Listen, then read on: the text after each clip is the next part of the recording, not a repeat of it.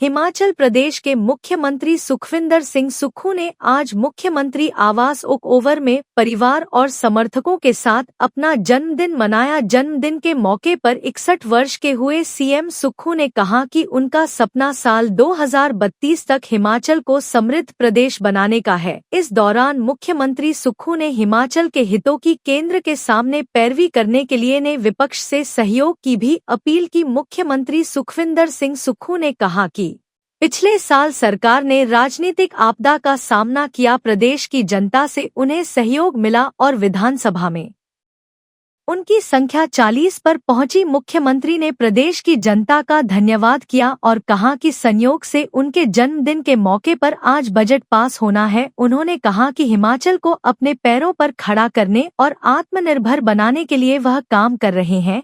चुनौतियां बहुत हैं, लेकिन व्यवस्थाओं में सुधार किया जा रहा है। देखिए, पिछली बार राजनीतिक आपदा थी जन्मदिन के समय, और लोगों ने हमारा साथ दिया और हम 34 से 40 पहुंचे। आज बजट पास होना है और बजट पास वाले दिन जन्मदिन भी है मेरा। मैं सभी प्रदेशवासियों का धन्यवाद करना चाहता हूँ कि आप हमेशा हिमाचल प्रदेश के साथ खड़े रहे, सरकार के साथ खड़े रहे। और निश्चित रूप से हमारा ये विश्वास है कि हमें हिमाचल प्रदेश को अपने पांव पर खड़ा करना है और व्यवस्था परिवर्तन के द्वारा आत्मनिर्भर करना है। कई चुनौतियां हैं, कई फैसले किए, लेकिन हमने जनता की आशाओं के अनुरूप फैसले किए। हमारी अर्थव्यवस्था में बहुत अच्छा सुधार हुआ और मुझे खुशी इस बात की है कि सरकारी कर्मचारी, अधिकारी, किसान, बागवान, महिलाएं, युवा, मजदूर और जो भी हमारे समाज के लोग हैं, उन सब का साथ हमें अपने फैसलों में मिल रहा है। आने वाले समय में हिमाचल प्रदेश ने जिस तरह अर्थव्यवस्था में गति पकड़ी है, मेरा विश्वास है कि गांव का किसान समृद्ध होगा, बागवान समृद्ध होगा, छोटा दुकानदार समृद्ध होगा, किसान के जो 3 लाख से कम किसान का जो ब्याज में हमने इंटरेस्ट सबवेंशन देना वो उसको मिलेगा, किसान को अपनी मेहनत का उचित मूल्य मिलेगा और छोटे दुकानदार जिन पर कर्ज चढ़ा हुआ है 3 लाख से, उनके ब्याज से भी उन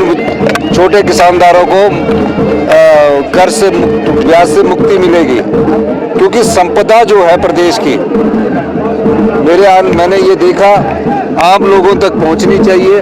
उस दृष्टि से हमारी सरकार व्यवस्था परिवर्तन कर रही है और आपने बजट में उसकी झलक देखी होगी। सभी वर्गों को हमने, जब हम कमाते हैं तो सभी वर्गों और सभी परिवार के लोगों को देते हैं। मेरा ये मानना है ईमानदारी से, पारदर्शिता से हम हिमाचल प्रदेश को आत्मनिर्भर बनाएंगे।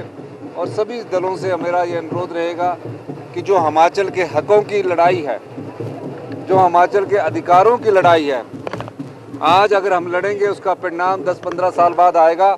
लेकिन उस लड़ाई में मैं विपक्ष के साथियों से भी अनुरोध करना चाहूँगा कि वो इस अवसर पर हमारा साथ दे। अब बैरासूल प्रोजेक्ट 40 साल पहले बना, 40 साल के बाद भी अभी हमारे को 12% मुफ्त बिजली मिल रही है। और कई प्रोजेक्ट है जो उस समय की परिस्थितियों के हिसाब से सरकारों ने उसमें MOU किया होगा।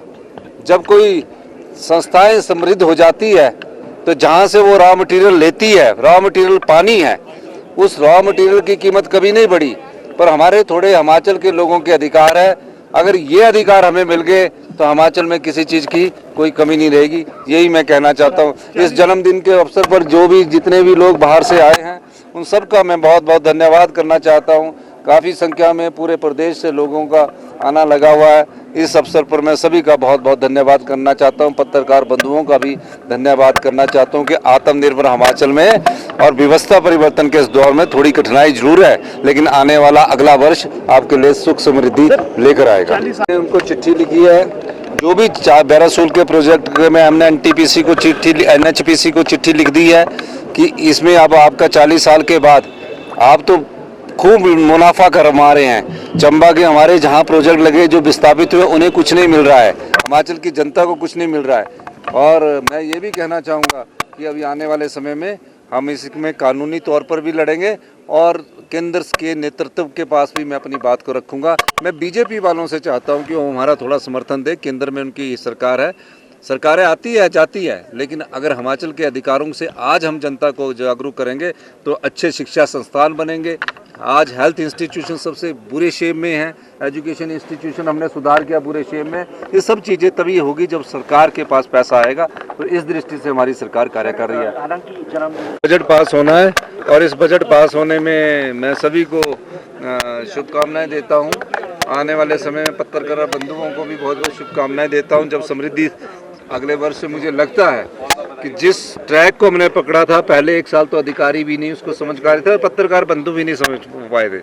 मैं चाहता हूं कि समाज के सभी लोगों को एक समान प्रकार से देखा जाए, इस दृष्टि से हमारी सरकार कार्य कर रही है। धन्यवाद। हिमाचल का सपना देखा 2032 में हिमाचल प्रदेश समृद्ध और अमीर राज्य बनेगा, यही सपना है और इसमें हम इस वर्ष बहुत तेज़ी से काम करेंगे।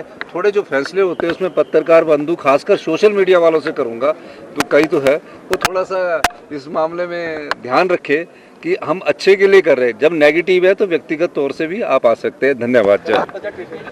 9 years ago, Super Magnet Group took the first humble step towards reinventing school education by establishing a school to cater the need for fastly changing scenario in education. With just 5 students, the journey started through culmination of 3 young minds, Engineer Shagundar, Mrs. Vatika Sood and Mr. Amit Kapil, has blossomed into a thriving educational group having more than 1,000 students.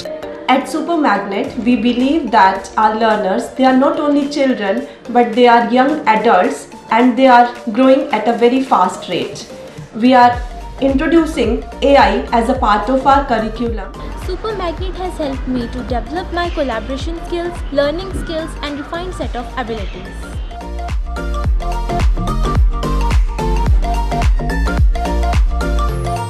I have the opportunity to be the captain of our school team. At Super Magnet, special focus is given on the sports by our coach. We are creating the environment that will help and encourage our students who think out of the box. We are developing the learning techniques that will help our students to be the change makers and the leaders in the society.